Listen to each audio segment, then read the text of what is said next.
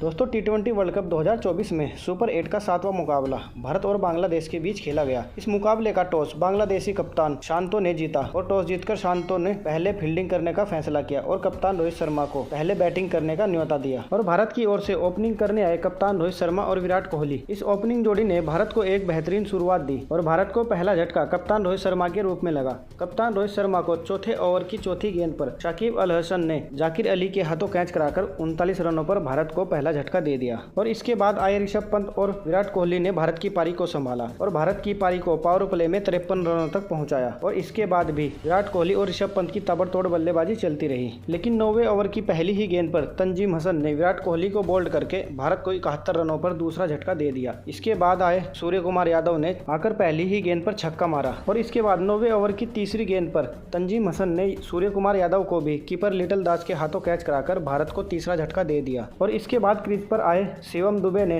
ऋषभ पंत के साथ मिलकर भारत की पारी को संभाला और भारत का स्कोर 10 ओवरों में 83 रनों तक पहुंचाया। और इसके बाद भी ऋषभ पंत की ताबड़तोड़ बल्लेबाजी चलती रही, लेकिन 12वें ओवर की चौथी गेंद पर रिशाद हुसैन ने ऋषभ पंत को तंजीम हसन के हाथों कैच कराकर भारत को 108 रनों पर चौथा झटका दिया। और इसके बाद भारतीय पारी को संभालने आए भारतीय टीम के उप कप्तान हार्दिक पांड्या और शिवम दुबे और हार्दिक पांड्या के बीच ताबड़तोड़ 36 गेंदों पर 53 रनों की पारी ने भारतीय टीम की पारी को संभाला। और इसके बाद 18वें ओवर की दूसरी गेंद पर रिशाद हुसैन ने शिवम दुबे को बोल्ड करके भारत को 5वां झटका दे दिया। और इसके बाद क्रीज पर आए अक्षर पटेल और हार्दिक पांड्या ने भारत की पारी को संभाला और आखिरी 16 गेंदों पर हार्दिक पांड्या और अक्षर पटेल ने ताबड़तोड़ बल्लेबाजी करते हुए 35 रन जोड़े। हार्दिक पांड्या और अक्षर पटेल की नाबाद 35 रनों की पार्टनरशिप की बदौलत भारत ने निर्धारित 20 ओवरों में 196 रन बनाए और बांग्लादेश को 157 रनों का लक्ष्य दिया। भारतीय टीम की ओर से सबसे ज्यादा रन हार्दिक पांड्या ने बनाए। हार्दिक पांड्या ने 27 गेंदों पर 4 चौके और 3 छक्कों की मदद से नाबाद 50 रन बनाए और इन 197 रनों का पीछा करने उतरी बांग्लादेश की शुरुआत कुछ खास नहीं रही। और भारत की ओर से पहला ओवर करने आए अर्शदीप सिंह ने पहला ही ओवर काफी किफायती निकाला और पहले ही ओवर में मात्र 5 रन दिए। और 5वें ओवर की तीसरी गेंद पर हार्दिक पांड्या ने लिटिल दास को सूर्य कुमार यादव के हाथों कैच कराकर भारत को पहली सफलता दिलाई और बांग्लादेश ने पावर प्ले में 1 विकेट खोकर 42 रन बनाए। और इसके बाद बांग्लादेश की पारी को संभालने आए